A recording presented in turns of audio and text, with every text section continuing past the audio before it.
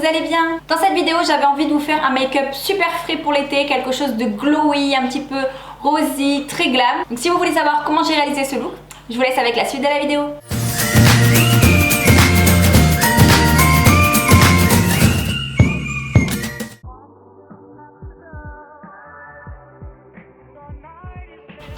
Donc comme vous le savez, j'aime pas mettre de base collante, tout simplement parce que j'ai pas trouvé de base encore où j'ai eu un coup de cœur. Du coup pour l'instant je continue de mettre ma crème hydratante avant d'appliquer mon fond de teint, tout simplement parce que déjà j'ai la peau sèche et ça me permet d'avoir ce petit côté collant qui fait accrocher le fond de teint, et c'est exactement ce que je veux.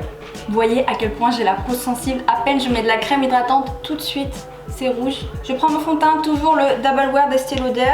J'adore ce fond de teint parce que, je sais pas si vous voyez, mais la couvrance elle est pas totale et je préfère ça. Je préfère prendre un fond de teint dont la couvrance est moyenne et modulable, donc je peux construire ma couvrance, que prendre un fond de teint qui tout de suite est archi couvrant, ça fait un effet plâtre et c'est très dur après de venir réhydrater derrière, bien de travailler sa couvrance et mettre du setting spray sur son fond de teint, ça a changé ma vie. Ça permet vraiment que le fond de teint rentre vraiment dans la peau et ça donne un effet super naturel. Si vous avez la peau sèche, c'est vraiment quelque chose que je vous conseille de faire. Ça permet de bien hydrater et en même temps de faire en sorte que le fond de teint tienne plus longtemps. Vous voyez là, comme la couvrance est modulable, je peux revenir en mettre un petit peu plus si j'ai envie. Je prends toujours mon concealer de chez Morphe, celui qui est un petit peu moins clair que le Tarte Shape Tape, mais du coup un petit peu plus couvrant, et c'est parfait pour moi. Toujours avec mon setting spray pour hydrater le dessous de l'œil. Il est quand même super lumineux, hein. Ça permet d'apporter cette touche de lumière.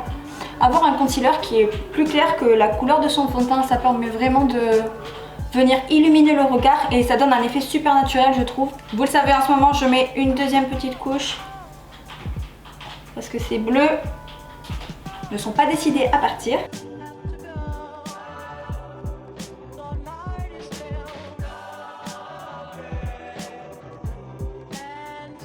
Et tout de suite je viens poudrer ça, donc avec la Kat Von D toujours, et doucement je tape ça sous mon œil.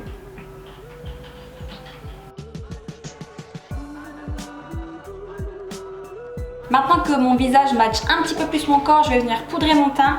Pour ça je prends toujours la Hourglass, c'est la meilleure poudre si vous avez la peau sèche. Et je presse doucement.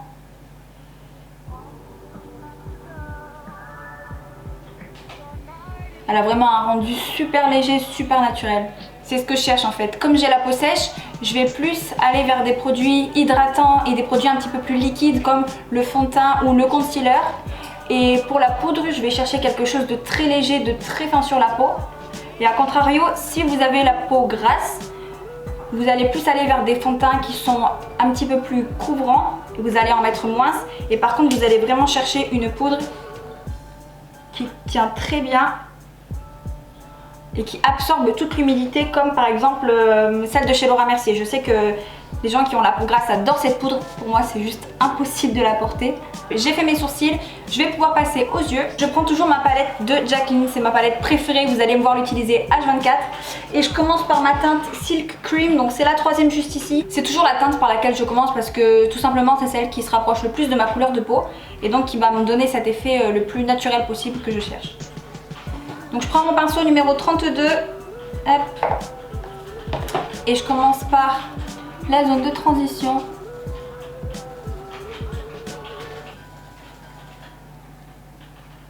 Maintenant qu'il n'y a plus rien sur mon pinceau, je viens estomper ça doucement. Donc maintenant je vais reprendre la même teinte, donc c'est toujours Silk Cream. Je tape bien l'excès et très légèrement je vais essayer de venir dessiner ma petite pointe ici. J'essaye de l'amener vers la pointe de mon sourcil. J'aime bien étirer un petit peu mon eyeshadow comme ça, tout simplement parce que je trouve que c'est plus flatteur pour les yeux. Ça vient juste apporter ce petit effet yeux de chat plutôt qu'un eyeshadow rond mettra moins en valeur la forme et la couleur de vos yeux. Maintenant que j'ai cette jolie ombre donc qui me sert de base pour mon make-up, Je vais venir prendre un petit peu de poudre Cover FX et je vais en mettre en dessous de mon œil.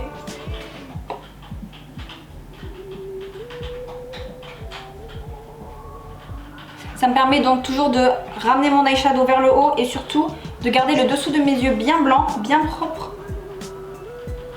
pour que les chutes ne viennent pas assombrir cette zone là. Maintenant je reprends ma palette Jacqueline et je vais venir prendre la teinte Puki, donc c'est celle-ci, et je prends le pinceau numéro 34, donc il est un petit peu moins fluffy que celui que j'ai utilisé juste avant. Ça me permet d'être un petit peu plus précise et je vais essayer de le garder bien dans ma zone de transition et de ne pas le monter trop haut.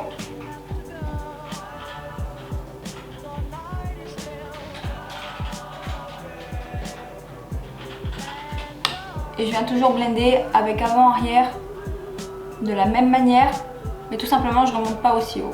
J'essaye de garder ça bien sur ma paupière mobile. Maintenant que j'ai estompé et que j'ai plus rien sur mon pinceau, je continue de venir travailler mon petit coin externe. Donc vous voyez, je ne suis pas en train de le faire aussi pigmenté que ma paupière, mais juste un petit peu plus clair, un petit peu plus estompé.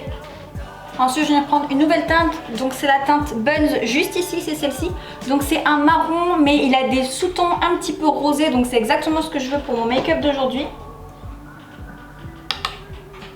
Et je vais venir faire toujours la même chose, mais celui-là je vais essayer de bien le descendre sur ma paupière pour le garder encore un petit peu plus bas que celui d'avant. Regardez, celui-là, le premier je l'ai bien estompé, le deuxième je l'ai mis bien dans le crease et celui-là j'essaye de le garder bien sur la paupière.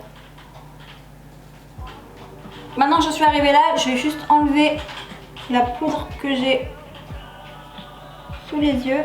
Tout simplement parce que pour l'instant, ma pointe elle est un petit peu prononcée et je la veux pas autant prononcée à la fin de mon make-up. Donc j'ai bien fait de mettre ma poudre tout simplement pour apporter l'eyeshadow vers le haut et pour pas que ça dépasse. Et du coup maintenant je l'enlève pour pouvoir l'estomper et la travailler un petit peu plus. Par contre je vais toujours venir mettre un petit peu de poudre en dessous de mon œil, toujours pour attraper les chutes. Ensuite je viens prendre une teinte très foncée, donc c'est ce marron tout en bas, donc c'est la troisième teinte juste ici. Et c'est la teinte Central Park, donc c'est un marron mais il est très profond, très foncé. Et je vais venir poser ça tout doucement en coin externe au ras de mes cils. Je tape tout doucement et je préfère ne pas en mettre beaucoup et ensuite revenir, que si j'en mets trop du premier coup, après je vais regretter et je vais passer une demi-heure à l'estomper. Donc tout doucement je tape ça. Vous voyez, ça me permet d'apporter un petit peu plus de dimension à ma make-up, de le rendre un petit peu plus profond. Vous voyez, cet œil par rapport à cet œil est beaucoup plus estompé et beaucoup plus intense, on va dire. Maintenant que j'ai créé ma zone de transition et que j'ai vraiment créé cet effet intense et cette dimension à mon regard, je vais commencer à apporter des couleurs un petit peu plus claires pour l'été. Du coup, je vais prendre cette teinte juste ici, pardon, c'est la teinte Obsessed. Et j'apporte ça doucement en coin interne.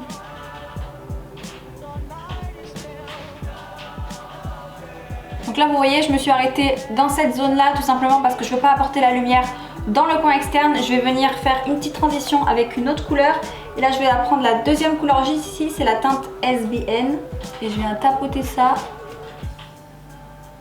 sur ma transition.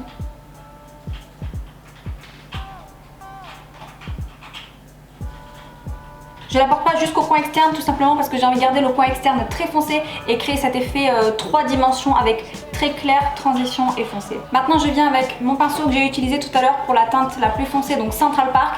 J'ai pas repris de matière sur mon pinceau mais je vais juste venir retravailler ce petit coin pour que le fard irisé se fonde bien dans mon fard mat. Maintenant je vais enlever donc la poudre que j'avais mis en dessous de mon œil.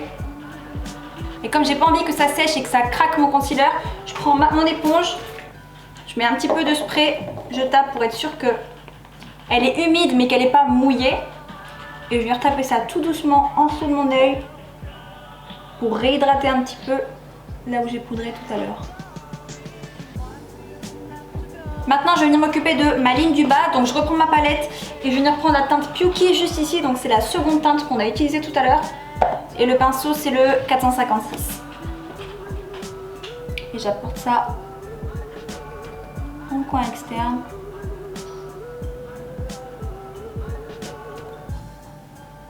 Travailler sa ligne du bas, ça permet vraiment de lier le haut et le bas du make-up. Je trouve que si on fait que le dessus des yeux, il manque quelque chose quoi. Là, le make-up est vraiment complet et ça vient aider en plus dans le processus de cat-eye, de pointe. Ensuite, je vais reprendre ma teinte la plus foncée, donc c'est Central Park, juste ici. Et je prends un petit pinceau plat comme ça. Celui-là, donc c'est le numéro 43. Je vais apporter ça en ligne du dessous, en suivant tout simplement le ras de mes cils. Et maintenant, je vais venir estomper. Donc, je prends ce tout petit pinceau un peu fluffy, c'est le Morphe 506. Et je viens estomper ma ligne du dessous.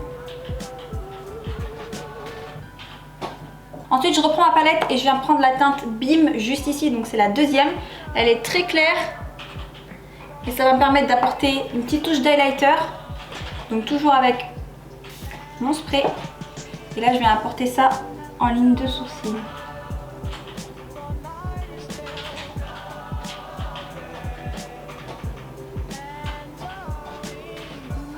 Ensuite, je reprends la même teinte, je prends un tout petit pinceau rond comme ça et je vais venir le mettre en coin interne. Je tape doucement parce que la pigmentation est incroyable. Ensuite, je vais venir mettre un petit peu de mascara et je reviens tout de suite.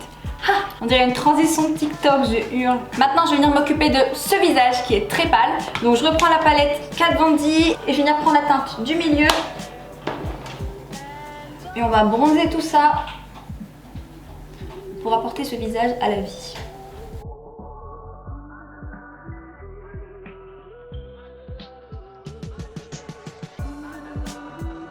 Maintenant, je vais prendre mon blush. Donc là, je vais prendre un blush de Kylie. Donc là, c'est la teinte Close to Perfect. J'adore. Il a des sous-tons un peu orangés. Franchement, je le trouve trop beau. Je pense que c'est parfait pour ce make-up. Et pour le pinceau, je prends le Morphe avec Jacqueline, donc c'est le numéro 04. Donc c'est le pinceau blush, c'est celui qui en applique le plus. Parce que c'est l'été et qu'on aime le blush. Avant de venir mettre mon highlighter, je vais remettre les teintes les plus claires de ma Kat Von D pour venir illuminer le teint. Donc je commence par le dessous des yeux.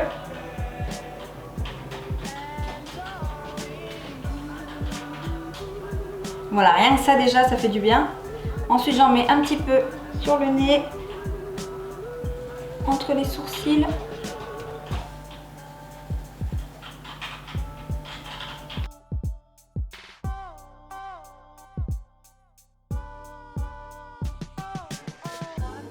Pour mes lèvres, je vais venir mettre un petit rouge à lèvres MAC de chez Kylie. Donc celui-là, c'est la teinte Almost Friday. Il est juste trop beau.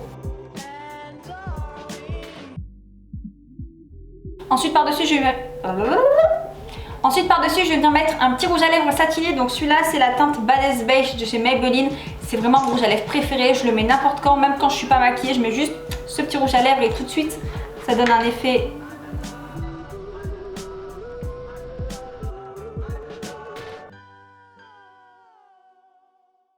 Mettre un rouge à lèvres satiné par-dessus un rouge à lèvres mat, c'est vraiment quelque chose qui va vous permettre de faire tenir votre rouge à lèvres toute la journée. Pour finir ce look, je vais venir mettre un tout petit peu d'highlighter. Donc je prends ma palette 3D de chez Huda Beauty et je vais prendre la première teinte juste ici, donc c'est la teinte Seychelles.